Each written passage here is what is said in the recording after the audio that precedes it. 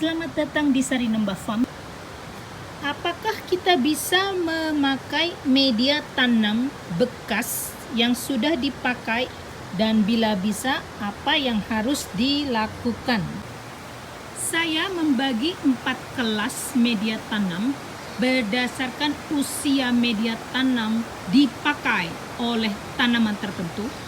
Kelas pertama adalah media tanam bekas yang telah dipakai selama kurang dari 6 minggu, seperti media tanam dipakai untuk caisim, untuk pakcoy, bayam, kangkung, dan sayur-sayuran lainnya.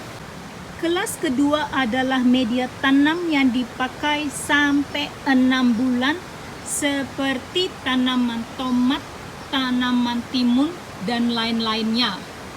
Media tanam bekas kelas 3 adalah media tanam yang dipakai 6-12 bulan untuk tanaman seperti seledri, batang besar, kentang, cabai, dan lainnya. Dan media tanam bekas terakhir adalah media tanam bekas kelas 4 yang dipakai oleh tanaman sebelumnya selama lebih dari 1 tahun, seperti pohon jeruk ini dan juga pohon stroberi kami. Apa artinya meremajakan media tanam, teman-teman? Memakai ulang, recycling dari media tanam artinya adalah menghidupkan kembali media tanam. Karena media tanam yang baik adalah media tanam yang memiliki mikroorganisme, dan mikroorganisme hanya akan ada bila ada bahan-bahan organik untuk hidup mereka. Mikroorganisme organik bisa seperti fungi atau jamur-jamuran dan juga berbagai macam bakteria. Jadi kalau tanah atau media tanam kita sudah sangat tandus, sudah sangat keras, sudah sangat tidak ada unsur nutrisinya, maka mikroorganisme itu pun akan hilang. Media tanam bekas kelas pertama adalah media tanam yang dipakai oleh tanaman berumur 30-40 hari.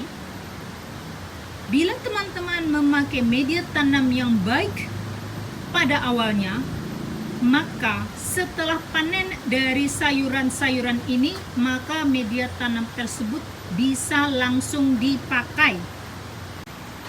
Pakcoy sudah kami panen, dan lihat teman-teman, media tanamnya masih subur, masih mengandung hara-hara yang tinggi.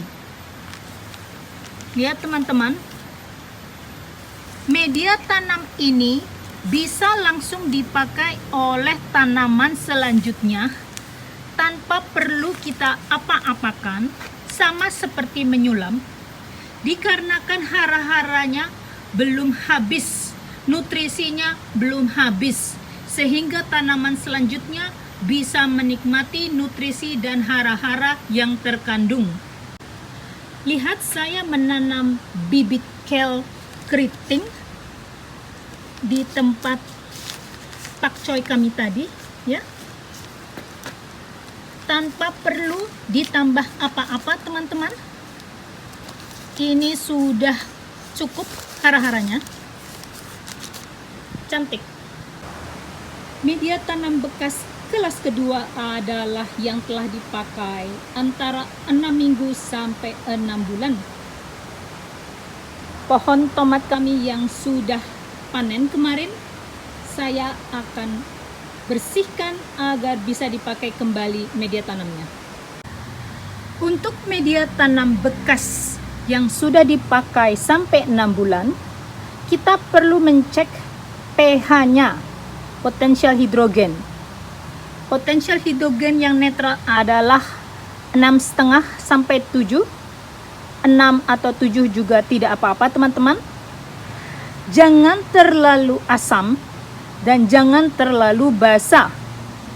Bila pH di bawah 6, maka itu terlalu asam, harus dicampur dengan kapur dolomit untuk menetralisir. Bila pH di atas 7, berarti terlalu basah, harus dicampur dengan kokopit supaya menurunkan pH. Bila pH sudah tepat, maka tuanglah media tanam bekas tadi ke dalam wadah dan dicampur dengan kompos yang baru dengan perbandingan yang sama, 1:1. Lalu diaduk. Media tanam ini siap dipakai kembali. Media tanam ini sekarang saya pakai untuk menanam basil.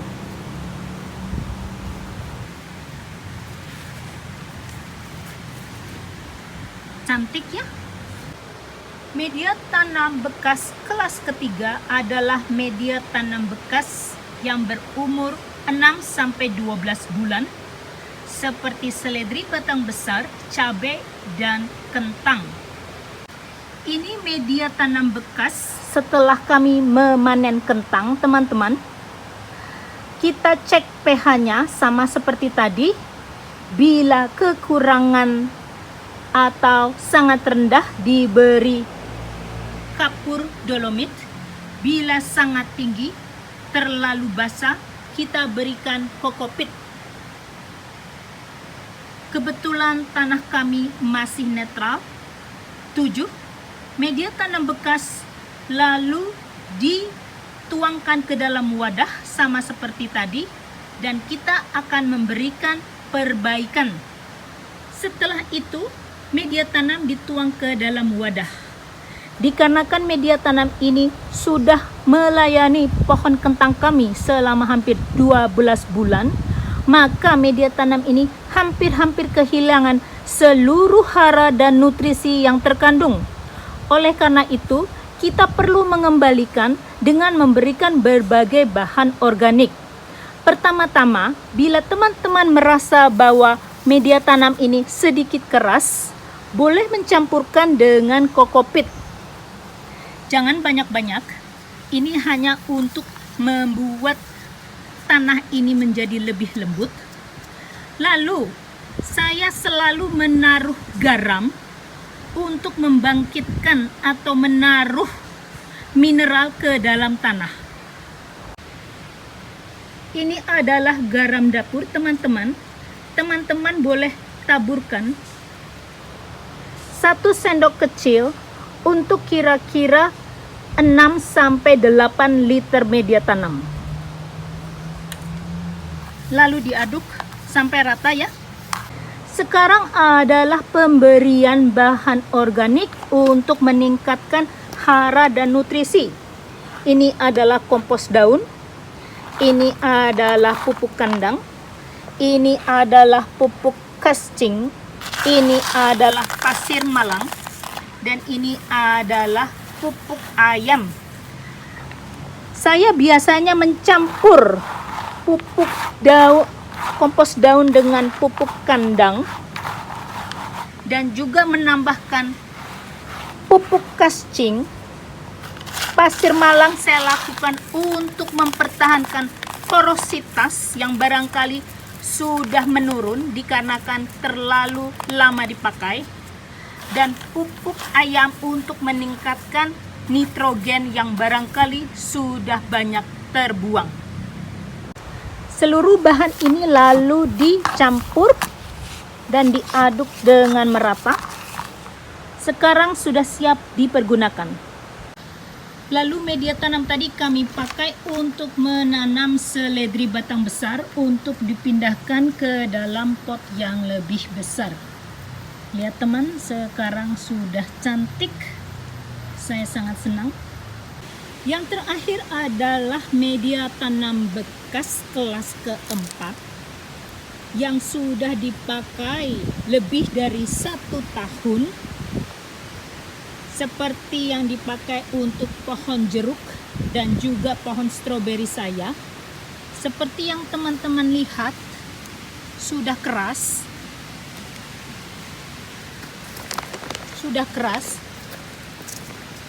sehingga perlu kita lakukan sedikit peremajaan dengan bantuan bakteri-bakteri yang baik hati. Media tanam bekas kelas 4 yang sudah berumur lebih dari 1 tahun, teman-teman tuang ke dalam wadah besar seperti ini. Pertama-tama cek potensial hidrogen atau pH-nya. Biasanya bila media tanam sudah berumur 1 tahun, maka akan menjadi asam sehingga perlu ditambah kapur dolomit.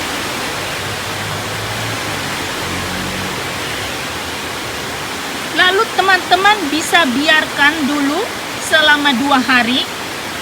Sementara itu kita mempersiapkan larutan EM4 untuk mengaktifasikan bakteri-bakteri agar menghidupkan kembali tanah yang sudah kering dan tandus ini. Cara membuat larutan EM4 bakteri adalah sebagai berikut. 1 liter air bersih dicampur dengan 2 sendok gula ya teman-teman. Lalu dicampur dengan 1 tutup botol EM4. Lalu saya menambah 1 botol 600 ml dari urin kelinci. Semuanya dimasukkan ke dalam wadah dan disimpan selama 2 hari. Selama kita menunggu larutan EM4, selama itu pula lah kita menunggu agar media tanam bekas kita tadi sudah menerima kapur dolomit sehingga pH-nya menjadi netral. Setelah 2 hari, maka campuran EM4 tadi bisa diencerkan dengan air ya teman-teman. Tadi 1 liter air dengan semuanya bisa diencerkan terhadap 10 liter air bersih.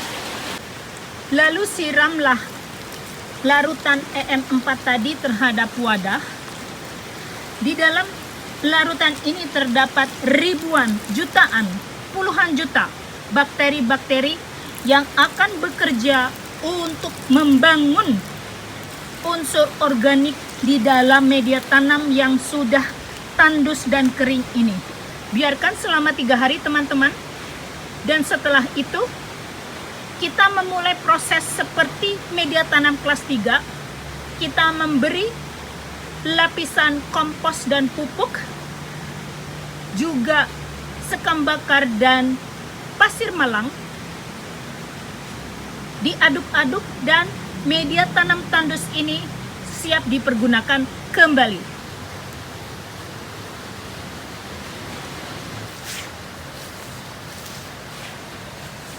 Sekarang saya akan menanam kale keriting saya dengan memakai media tanam yang tadinya sangat tandus dan kering itu.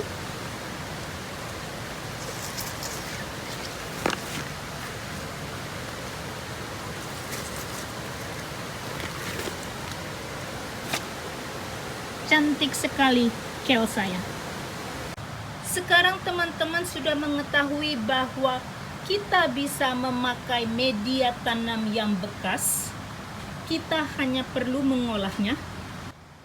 Semoga bermanfaat.